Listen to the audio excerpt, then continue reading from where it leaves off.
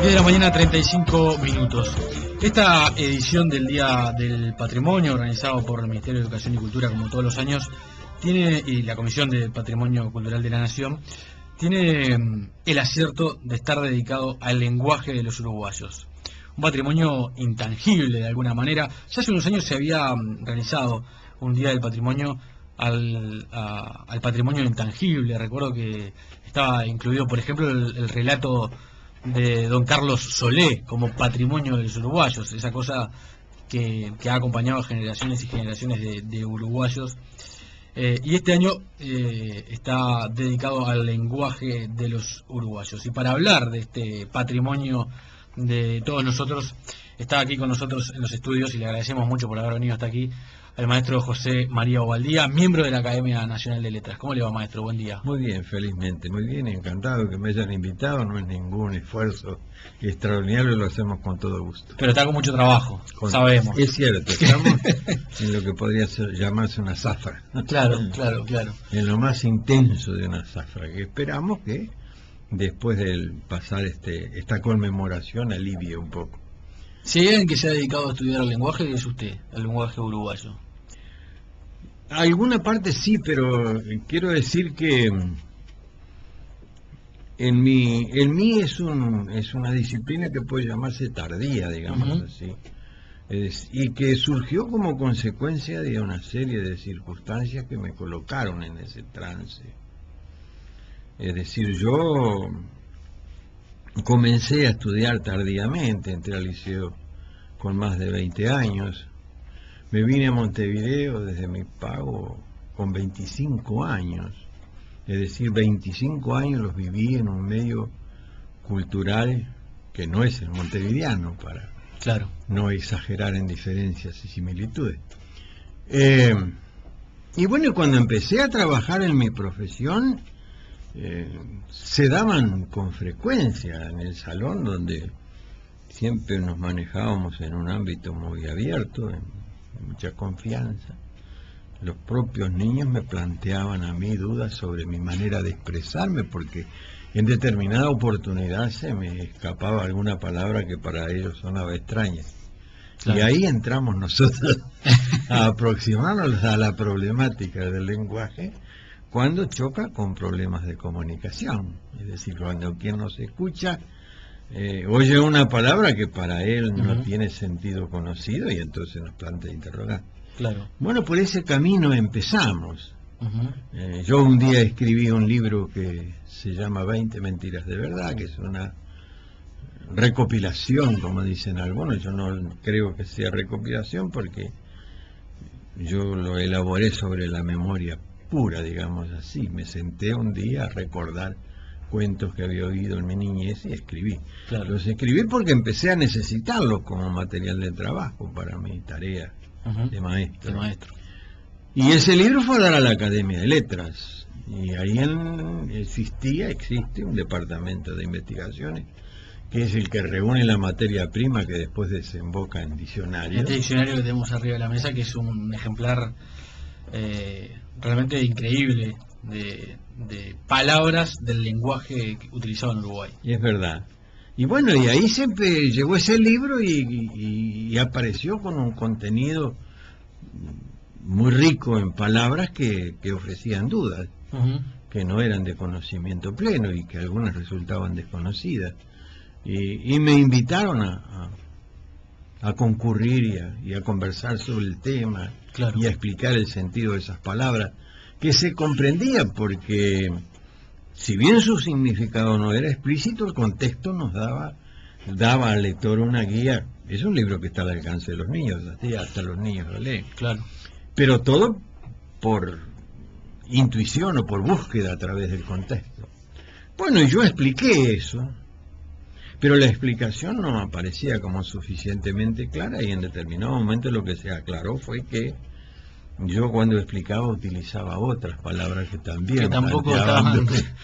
Conclusión, entré yo a descubrir en ese momento que en mi pago se manejaba un vocabulario que era parcialmente y en algunos casos totalmente desconocido en cuanto al contenido de algunos vocablos. Hablamos del lenguaje y no de idioma. Hablamos del lenguaje porque, sin entrar a que nos pongamos muy atrevidos y elaborar mucho, hay una diferencia. ¿Cuál es el hablado y cuál es el escrito? Aparentemente no sería idioma hasta que no pasara a la forma escrito.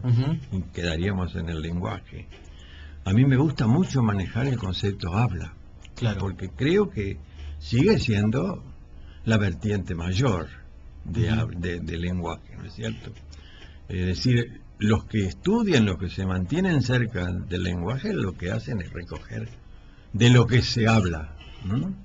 Que hace su tránsito a la forma escrita, y eso le da permanencia, y eso le da facilidad de difusión, pero el origen está siempre... Y el habla es mucho más personal, además. El habla es personal. Porque la misma palabra dicha por una persona o por otra cambia. Y sin duda, incluso es una medida de la personalidad. Claro. En cuanto a que el plano cultural de esa persona, cuando se expresa, lo hace por el camino del habla. Lo que conocemos de la personalidad de alguien es mucho de lo que él nos dice, de lo que nos habla. Usted hablaba de su pago y de cómo se hablaba en su pago.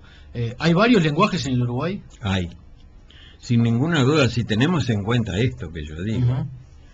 Y hay fenómenos curiosísimos. Yo siempre digo que el mundo del lenguaje es un mundo en el cual uno con frecuencia tiene que recurrir a la presunción de que los milagros existen. ¿Por qué? Porque racionalmente no se encuentra explicación de esos fenómenos. Fíjese que en 33, que es mi pago, descubrí yo, a través de lo que ya llevo dicho, que hablábamos de una manera que encerraba una cantidad de palabras que significaban una duda para quien nos escuchaba. Y ya tenemos ahí configurado al material con el cual yo escribo un librito, se llama La Habla del Pago. Porque si bien nosotros no tenemos regiones geográficas y determinadas en nuestro país, es decir, no tenemos grandes montañas que aíslen un sector y digan en esa región se habla así. Somos un país chiquitito y lisito. Sin embargo, en determinado instante una palabra que se usa en una zona determinada empieza a perder vigencia, y al lado termina no conociéndose, o conociéndose y no usándose. Puede ser el caso, por ejemplo, de algunas zonas cercanas a Brasil, ¿verdad? Donde Exacto. hay cierta adaptación. Ahí tenemos un fenómeno que se da copioso, digamos así, torrencial, porque hay un frente, ¿no? Pero hay cosas curiosísimas. Fíjense ustedes que la gente dice que en Rocha se habla el mejor castellano. Sí. Sí. ¿No es cierto? Ellos mismos dicen, ¿eh? Sí, pero ellos mismos lo desmienten. Lo desmienten al hablar. No. Un día estábamos en un encuentro que había propiciado secundaria sobre esta temática, a la que concurría gente de todo el país. Y justamente uno de las representantes de Rocha era una maestra rural. Y yo estaba hablando de eso. No me venga, me dijo, con que los de Rocha hablamos el mejor. No, yo no iba a decir eso. Iba a decir otra cosa. Pero ella misma desmintió. Dice que trabajar en el medio campesino, a nivel de escuela rural, se advierte que eso es un espejismo que se da por ciertas formas de manejar algunos verbos, algunas vocaciones. Y bueno, y justamente a eso vamos. Fíjense, allá donde termina el río Cebollatí, Rocha y 33 son departamentos limítrofes. Claro. Y de un lado del río se habla de una manera y del otro lado de otra. Ustedes están en la cesta de Rocha y dicen ven, cruzan por la balsa de la Quemada, y del otro lado dicen vení. Aquí dicen tú y aquí allá dicen che. Es decir, no se contaminan. No puede pensar uno que un río que además tiene una balsa sea suficiente como para manejarse como separación. Sin embargo, es así. Hay muchos términos también que... Y dentro de la frontera hay curiosidades también que no tienen mucha explicación. Por ejemplo. Y por ejemplo, ¿por qué ustedes en Rivera oyen hablar con una fonética casi portuguesa? Y en el Chuy no ocurre eso. Y estamos, que no hay otra división que una división convencional, es una calle. Sí, sí. En una vereda se habla de una manera y en la otra se habla de otra, ¿no? ¿Por qué la población de Rivera se impregna? Algunos lingüistas usan la palabra se contamina, pero a mí no me gusta. ¿Por qué en Rivera el habla popular se impregna de fonética portuguesa y en Rocha no? No hay explicación. ¿Por qué en 33 ni siquiera se tenía claro que nuestra habla estaba también impregnada de brasileñismo? Y manejábamos siguen manejando, ¿no? Seguimos manejando los brasileñismos sin saber que lo son algunos de ellos. Algunos son claritos, pero otros no. Claro. ¿No? ¿Por qué? Porque ahí no hay fonética portuguesa en absoluto. Ahora, ¿cómo se produjo la castellanización de esa fonética, digo yo? Espontáneamente. Es decir, ahí no hay reglas que puedan aplicarse o que tengan base de estudio para el fenómeno. Es donde uno, como yo digo, tiene que entrar a echar mano a la concepción del milagro. Hay lenguaje que tiene que ver también, supongo, con la actividad que se desarrolla en la zona. Claro. No lo mismo en una zona donde se planta caña de azúcar que una zona ganadera, que una Desde zona luego. donde hay arroz. Por Desde ejemplo, luego. hay hablar términos que tienen que ver con el trabajo, Sin duda. con la... Sí, cada oficio, cada profesión tiene lo que se llama una jerga. Claro. ¿No? Dentro de ese oficio determinada palabra tiene un significado especial, una forma de hablar. Yo tuve la experiencia, por ejemplo, en el ambiente de los hipódromos. Mire qué ejemplo voy a poner. Yo trabajé en el hipódromo de Las Piedras mientras estudiaba magisterio. Y bueno, y ahí algunos números se dicen de una manera especial para evitar confusión fonética. Cuando se entregan determinada cantidad de boletos, determinada cantidad de dinero, se usan, el 1 se le llama palito, el 13 para no confundirlo con el 13 le llama mal número, ¿no? Y vale por 13. Es decir, eso es un problema claro de jerga profesional. Claro. Pero el carpintero tiene el suyo, el mecánico tiene el suyo. Es decir, y eso que usted está planteando es una ampliación de eso que se da en un nivel más extendido. Pero ahora, es lo mismo. Teniendo en cuenta esto, teniendo en cuenta esta cuestión de que el lenguaje va surgiendo. Exacto. ¿Hay siempre. un uso correcto del lenguaje? ¿Cómo se determina cuál es el uso correcto? Hay que cuidar muy bien ese concepto, ¿no? Es decir, cuando alguien le pregunta a uno, ¿los uruguayos hablan bien o hablan mal? No podemos contestar afirmativa ni negativamente, porque esto está sujeto a una serie de circunstancias que hacen que lo que está bien dicho acá entre nosotros en un salón de conferencias ante un público determinado no queda correcto. Claro. Quiere decir que eso es muy relativo.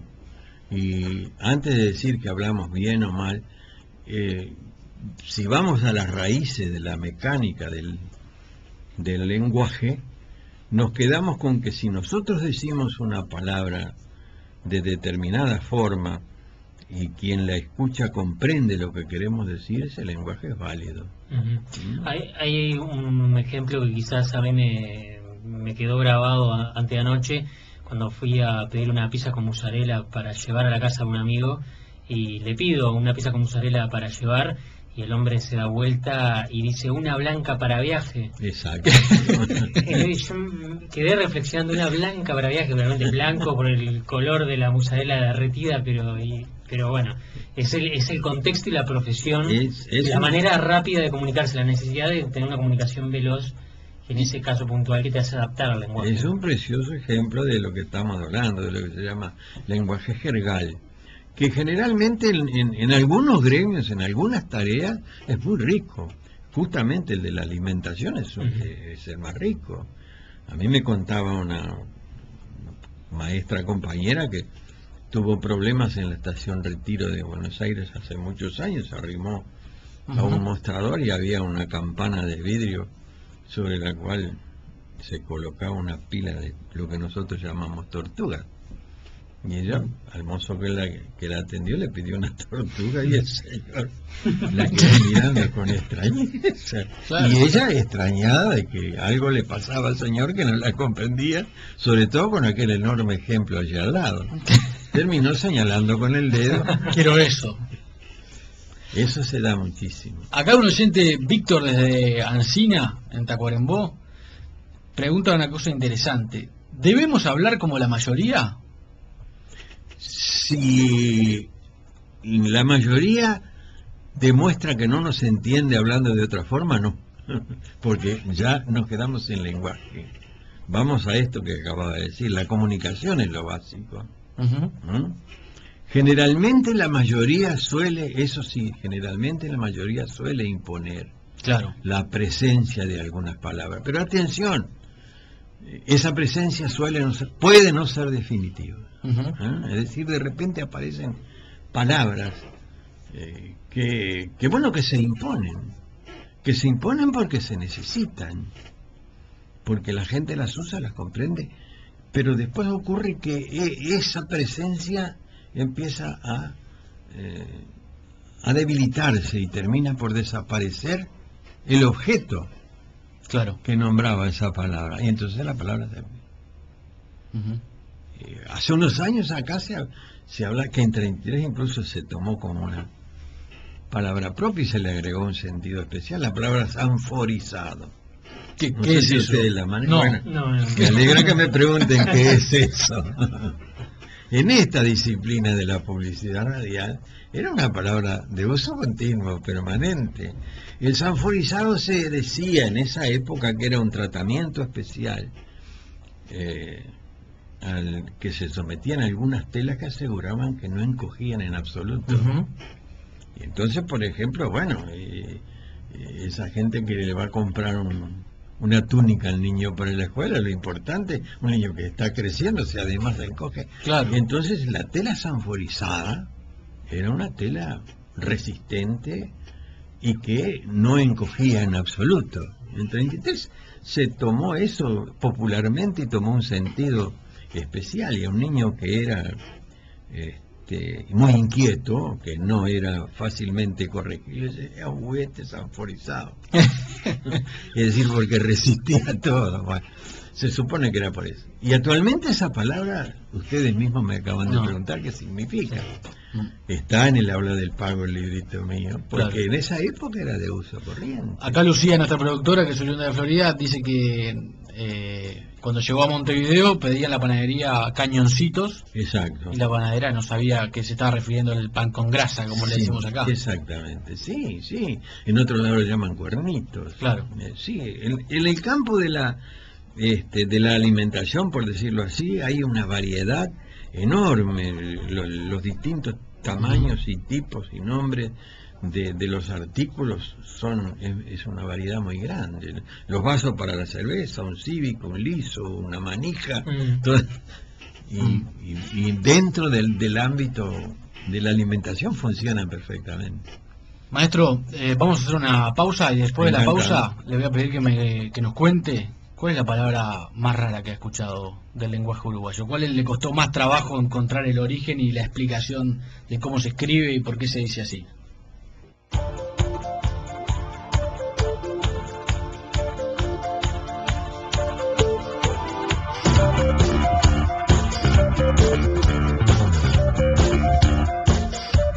Son las 11 de la mañana, estamos hablando del lenguaje de los uruguayos, el motivo de homenaje en este Día del Patrimonio que se celebra este fin de semana aquí en nuestro país. Estamos con el maestro José María Bobaldía, miembro de la Academia Nacional de Letras. Antes de la tanda, maestro, le preguntaba cuál es la palabra que más trabajo les dio encontrar, por ejemplo, para agregar a este diccionario del español del Uruguay. Algunas palabras que dieron trabajo fueron algunas palabras que están en la conversación que venimos llevando y que resultaban extrañas para la Comisión de Lexicografía. Por ejemplo, la palabra, algunas no llegaron al diccionario, a pesar de que las defendimos en las discusiones de la comisión. ¿Y por qué no llegaron? Y no llegaron porque para que una palabra sea aceptada definitivamente debe tener testimonio escrito, es el pasaporte. Si aparece escrita, aunque sea mejor todavía si es un boletín que anuncia un remate, por ejemplo, o mejor aún porque se tiene la certeza de que en ese medio se usa un lenguaje que necesita difusión, que lo comprenda todo el mundo. Entonces, bueno, si aparece un testimonio escrito, repito, la palabra se acepta sin mayores discusiones. Y en caso de que eso no ocurra, entonces, bueno, como la comisión se compone de varios de varios miembros, bueno, se delibera sobre el asunto. Y si en el conjunto no se consigue una opinión de apoyo, que diga, sí, yo la conozco, bueno, la palabra se rechaza, ¿no es cierto? Claro. Porque no hay una base suficiente de seguridad de uso, sino la palabra del que la propone, y eso no se considera bueno incorporarlo en esas condiciones, porque no puede afectar la confiabilidad del libro, que es una de las cosas que más se cuidan. Claro. Hoy hablábamos más temprano, ¿Bo se escribe con B corta o con B larga? Yo pienso que hoy la había escrita con B larga, anunciando un espectáculo teatral. Sí. Yo pienso que si se toma del uso que se le da en el habla popular sería indiferente, pero si la estudiamos gramaticalmente quizás desemboquemos en que deba escribirse con V, como se dice. Con V. Como se le llama la B corta, ¿no? Porque proviene del vos. Del vos. Aquí Paula, una oyente, dice: ¿me dejaría invitarlos a una campaña? Se llama Defensa del Tú. Es la simpática palabra que siempre nos diferenció de los porteños, que usan el vos. Se usa el tú, ¿no? Se usa mucho el tú, y nosotros solemos usarla, a pesar de que predomine el vos. Solemos usarla. Ahora, las campañas lingüísticas son muy azarosas. Sí, me imagino. Es decir, por más que se luche, a veces no se consigue éxito. Claro. Yo siempre manejo la misma circunstancia porque fue una experiencia propia y porque es explícita, y para qué andar buscando otra. Cuando yo comencé a trabajar como maestro acá en Montevideo, exactamente en el año de 1956, en esa época el verbo relajar comenzaba a tener una extensión de uso que venía del área popular. Claro. Relajar en el sentido de ofender, Claro. de ultrajar, generalmente de palabra, digamos. De insultar. Y hasta entonces el verbo relajar tenía el significado español puro, que es, podríamos decir nosotros, relajarse es distenderse, descansar, poner en estado de descanso los músculos, sobre todo, ¿no? Relajarse muscularmente. Claro. Son consejos que dan las personas que asesoran sobre problemas psicológicos, generalmente. Y entonces llegaban de la inspección de escuela recomendaciones especiales a los maestros para que trabajáramos especialmente sobre ese proceso de descomposición, se decía, del verbo relajar. Y nosotros hicimos lo que pudimos, y fue absolutamente inútil. Claro. Y ocasiones tuvimos a raudales, porque el día que le tocaba cuidar el recreo difícilmente no hubiera uno, dos o tres conaptos, como decía, de relajo. Y entonces uno iba a separar y siempre el argumento era el mismo, ¿no? Que me relajó mi hermana, no que me relajó mi madre. Es decir, y nosotros trabajábamos en las circunstancias, a veces coincidía que eran niños de nuestra propia casa, bueno, y cada maestro tomaba, y en el salón conversaba un poco sobre, y fue absolutamente inútil, el verbo se impuso. Claro. Cuando yo iba al liceo, el profesor de lenguaje de idioma español que tuve era un escribano, pero después yo, con el correr de los años, se me fueron presentando elementos que me llevan a concluir que era un excelente profesor y que tenía un dominio muy completo de la asignatura. Y un día él me dijo, dice, vos sabés que comentando un aviso que había salido de una reunión que se iba a hacer, me dijo, dice, vos sabés que esta palabra está mal puesta, porque no se puede decir que se invita el jueves que viene para tal evento, porque evento significa imprevisto. Claro. Lo que ocurre sin previsión, lo que no está organizado, pero una cosa que se sabe que va a ocurrir tal día, tal hora, de ninguna manera es un evento. Bueno, ustedes ven que actualmente la palabra evento cobró ese sentido, sí, y no hubo quien la atajara. Por tanto, creo que la campaña del TUB, por lo menos estos antecedentes nos permiten sospechar que no. A lo que les gusta el lenguaje de este diccionario del español del Uruguay es imperdible, realmente, editado por la Academia Nacional de Letras. Tiene, bueno, de todo. No está buscando recién, está tricolor y aurinegro. Exacto. Por ejemplo. Sí. Y está bolso y mancha también. Sí, porque... Por la T, si buscas la T, tuerto... Tuerto, a ver si está tuerto de defensor. Capaz que no. Ahora lo voy a encontrar. Pero mucho trabajo este diccionario, ¿no? Trabajo. ¿Cuántos años de trabajo? Muchísimo. Yo digo que es un propósito fundacional para la Academia de Letras. Es decir, en el momento en que se funda la Academia Nacional de Letras, esto ocurrió en el año 1942, ya se estructura el propósito de culminar algún día con la publicación de un diccionario. Lo que venía siendo o amenazando ser totalmente irrealizable. Pero felizmente llegó la era de la computación y entonces facilitó la mucho. informática, y entonces sí tuvimos quien, entendiendo la cosa, programara y qué sé yo, y encontrara sesgos que nosotros ni sabíamos que existían, y pudo ser una realidad. Pero si no, hubiera sido imposible. En la academia hay un trabajo que en el ámbito lingüístico nacional se llama Los Bermúdez, sí, que son varios tomos de un padre y un hijo, Bermúdez, que trabajaron sobre el habla popular. Y se conserva como una especie de libro sagrado en la academia, manuscrito. Son varios tomos manuscritos sobre el habla popular de la época de ellos, que debe por el siglo XIX. Y bueno, y nunca se ha conseguido llevarlo a otra forma, es decir, por dificultades de organización, de estructuración, y por dificultades incluso hasta económicas. Claro. Pero es una obra de un valor inestimable, porque nos muestra cómo se hablaba en Montevideo en la época de ellos.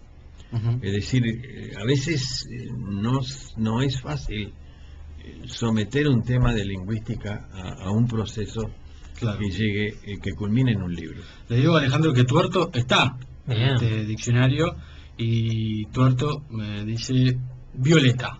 Violeta. Si no va a Violeta dice camiseta del Defensor Sporting Club, institución deportiva de Montevideo, fusionado, defensorista, viola, partidario, jugador del Defensor Sporting Club. Perfecto. Sí, en el área futbolística difícilmente haya errores, y seguramente muchos aciertos que van a llamar la atención, como esto que estamos tratando, porque uno de los académicos, el maestro Héctor Balsas, ha tomado siempre el habla del fútbol como tema preferencial, claro, incluso tiene publicaciones. Y entonces, bueno, aparecen estas circunstancias que además, ahí no hubo problema de testimonio escrito, porque bastaba agarrar un diario y la página deportiva y está por todo maneja todos esos términos. Que fue la prensa deportiva la que se tomó como base para, claro, estructurar todo lo que aparezca en el ámbito deportivo en el diccionario. En el programa, en la guía de actividades de este Día del Patrimonio 2012, INPO, el Centro de Información Oficial, incluyó además en sus publicidades algunas expresiones típicas. Prendele cartucho, por ejemplo. ¿De dónde viene eso? Bueno, hay que presumir. Claro. Porque eso es una locución y el origen de las locuciones no siempre es fácil de presumir, de ubicar, y es una tentación al inventar. Claro. La Guarda Trías, que fue uno de los lingüistas más importantes de nuestro país, decía que cuando se entra en la etimología, es decir, en la búsqueda del sentido de una palabra, en este caso son más de una, pero sí, expresión. Lo fundamental, dice, es la ética, porque quien busca se siente tentado a imaginar, digamos así. Ahora está Ahora el prendeme cartucho me parece que es nada más que recurrir a la imagen de un momento decisivo, claro, el momento en que se oprime el gatillo para disparar, claro, y que después no se puede volver marcha atrás, porque usted le prendió cartucho, el cartucho está disparado, si después no resulta que no quiso hacerlo. Lo apasionante del lenguaje es que, más allá de las dificultades que etimológicamente pueda tener encontrar el origen de una palabra, todos sabemos y entendemos lo que significa prenderle cartucho. Claro, o cortita y al pie. Como dice, si no es así la palabra, si no es así la expresión muere. Claro. La expresión permanece cuando es gráfica, cuando es comprensible. Tirar los galgos. Sale con fritas. Dice acá otra de las expresiones. Es verdad. A la marchanta. A la marchanta. ¿Qué es a la marchanta? A la marchanta es sin ton ni son, sin orden. Es decir, el tirar a la marchanta en alguna época fue un juego de niños, por ejemplo. Las figuritas de los álbumes se tiraban a la marchanta y el que agarraba más se rebuscaba.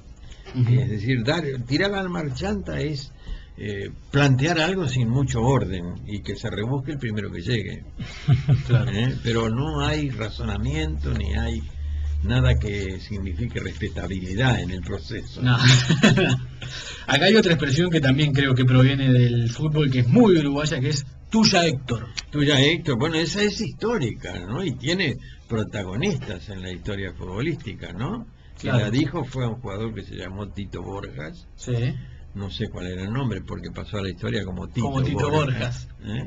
Que le hizo un pase a Héctor Castro, que era el centro forward, y le dijo tuya Héctor, es decir, le cedió la pelota con el gol casi para que hiciera el gol. Es una circunstancia histórica, creo yo, que es de las épocas de las Olimpiadas en las cuales salimos campeones. Claro. Que además dieron nombre a varias expresiones que se usan en el fútbol y que no solo se usan en Uruguay, como la vuelta olímpica o como el gol olímpico. Es que el fútbol es uno de los fenómenos lingüísticos más interesantes de nuestro país. Porque fíjense que en determinado momento se implanta acá en esta tierra un deporte absolutamente desconocido hasta ese momento, que viene con todo su bagaje lingüístico. Es decir, allí había palabras que significaban la ubicación de un jugador dentro de la cancha, por ejemplo. Claro. Y eran palabras inglesas. El que cuidaba el arco se llamaba goalkeeper. Después la formación, claro que era una formación que no existe actualmente.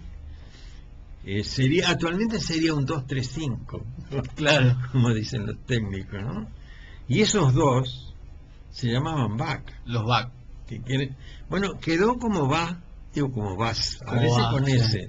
Eso, Sí. Pero hay muchos paulatinamente esos nombres fueron algunos castellanizándose y otros borrándose y suplantados por palabras nuestras. Sí. Hay algunos que todavía recurren, ¿no? A algunas de esos. Pero algunos el wing o el centroforward. Pero wing ya no hay ningún cronista que lo diga. No, muy poquito. Pero nosotros le pusimos puntero. Claro. Y entonces no desapareció. Es decir, a los pocos años el fútbol se manejaba con palabras nuestras, Ujú. algunas derivadas o modificadas de su origen inglés, pero otras totalmente. En mi pueblo, por ejemplo, la palabra hands en el fútbol no se conocía, se decía mano. Mano. Directamente mano. Y en pocos años, repito, un fenómeno como el fútbol, que abarcó con la atención de todo el pueblo, sin excepción, de todo el pueblo uruguayo, sin excepción, se modificó totalmente y perdió el lenguaje original que poseía. No creo que pase lo mismo, un fenómeno parecido podría ser el informático. Claro. Sí. Sí. La Pero computadora trae todo nosotros un apenas lenguaje. le entramos con ratón y alguna cosita de eso, pero por ahora se nos va haciendo impenetrable. Y creo que no salga mucho de ahí porque a pesar de la trascendencia que tiene la informática en la sociedad de hoy, no tiene una expansión suficiente como para que la tome el pueblo en general, Claro. que es el gran modificador del lenguaje. Del lenguaje. Hay una máxima en el lenguaje que yo digo que es tal vez la única regla del lenguaje que no tiene excepciones, que es la que dice que al habla la hace y la deshace el pueblo. Claro. Y efectivamente es así. Ujú. Cuando el pueblo la recoge, porque el pueblo es el único que asegura la extensión de la palabra, y es lo que termina de imponer. Una palabra que está en el diccionario nuestro y de la Real Academia Española es una palabra que se probó que tiene una extensión geográfica y con ello que engloba población extendida, muy grande, considerable. Ya sería un error no incluirla, no tomarla en cuenta. Claro. Entonces recién pasa al diccionario. Si se extiende y permanece en el tiempo, no hay cómo atajarle el camino. Es la mecánica de presencia de todas las palabras Ujú. en este diccionario y en todos los diccionarios. Yo les explico cómo se hace el diccionario de la Real Academia Española. El diccionario de la Real Academia Española se hace entre todas las academias del mundo, Ujú. que son 22. Bueno, nuestra academia está permanentemente, no es una imagen literaria, es una realidad, está permanentemente recibiendo mensajes de la española. Si determinada palabra se conoce aquí, si tiene la significación con que se Claro. le planteó a ella, o si tiene otra significación. Es una manera de certificar que una palabra que propuso un colombiano, pues la Academia Colombiana, por ejemplo, aquí también se usa. Entonces ya hay una extensión de uso considerable. Más la población que tiene Colombia, más la que tenemos nosotros, ya justifica que se le incluya. Maestro, le agradecemos mucho estos minutos. Para mí ha sido un gusto. Lo felicitamos por su trabajo, que además no gracias. termina porque el trabajo del lenguaje no termina nunca. El trabajo de muchísimos.